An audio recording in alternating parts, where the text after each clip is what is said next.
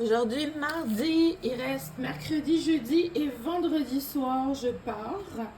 Donc la situation, il me reste juste le canapé à vendre. Tout le reste est parti, c'est-à-dire les électros. J'avais peur que je reste avec, mais non, ça s'en va. Donc tout est vide. Je squatte, mais tout est vide. Plus de gazinière, plus de frigo et plus de laveuse sécheuse. C'est vide. Donc voilà, mon petit lit, ma petite paillasse dans le salon. Et cette semaine, il reste encore 3 jours et demi. Là, j'ai quelqu'un qui m'a réservé le canapé pour le 20 juin. Mais moi, je m'en vais le 12, donc ça marche pas.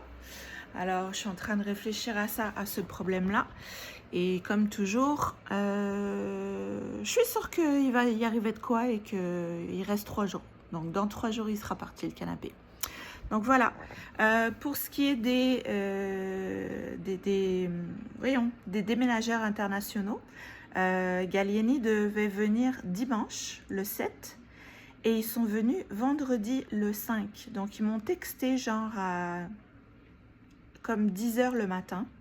Ils m'ont texté, est-ce que c'est correct si on vient aujourd'hui? Alors le problème, c'est que j'avais pas fini les boîtes. Et j'avais pas fini de les fermer, il faut mettre son nom dessus, de les numéroter pour savoir combien on en a. Et je lui dis, ben si vous venez vers 13-14 heures, ça va. Il me dit non, je vais venir vers midi. Donc je me dis, ok, il me reste 2 heures, est-ce qu'en 2 heures je suis capable de finir les boîtes? Je me dis, ok. Je lui dis d'accord. J'étais en train de finir les boîtes, il était genre une demi-heure plus tard, 3/4 d'heure plus tard. Ils arrivent. Il était même pas 11 heures, ils étaient déjà là.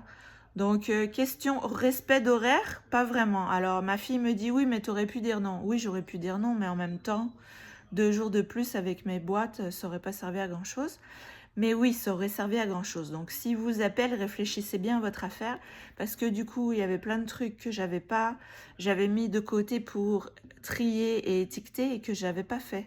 J'avais oublié, parce qu'évidemment, dans ces jours-là, la tête, il y en a trop dedans.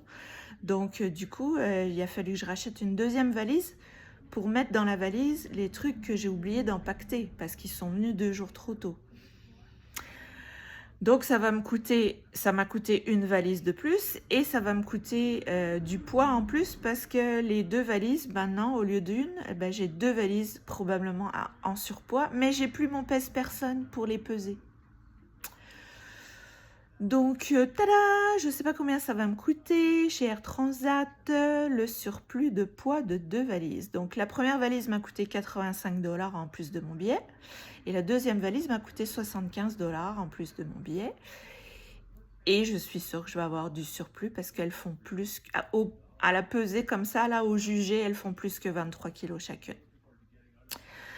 Donc voilà. Par contre, le cubage, ils viennent avec un petit camion et ils enfournent tout dedans et après ils mesurent au tape, longueur, largeur, hauteur. Et ils font un petit calcul et j'avais estimé 10 mètres cubes si j'emmenais le canapé. Et finalement, avec toutes les boîtes que j'ai fait, sans le canapé, j'en ai eu pour 9,25 €. Alors, je ne sais pas encore combien ça va me coûter, mais ça va me coûter facilement autour de 3 000 €. Je vous dirai quand j'aurai la facture finale. C'est ça qui est ça, hein. Je déménage de pays, je reviendrai pas, j'emmène tout sauf les meubles. J'ai emmené un fauteuil et un petit vaisselier des années 40 que je trouve cute et que j'avais pas envie de me séparer. Le fauteuil aussi, j'aurais pu me séparer, mais ça me crevait le cœur de le brader à 60% du prix. Parce qu'évidemment, tout ce que j'ai vendu, c'était moins que 50% du prix que je l'ai acheté, malgré que toutes mes choses sont neuves de 2 à 4 ans. Toutes les électros et tout ça, 2 à 4 ans. Pour vous faire la histoire courte, j'avais acheté ma laveuse sécheuse à un prix hors de fou. Enfin, un prix de fou parce que c'est juste post-Covid, tous les prix étaient gonflés au maximum. Donc, tenez-vous bien, j'avais acheté ma laveuse sécheuse 2400 balles. Je l'ai vendue 700. Ouais, c'est ça.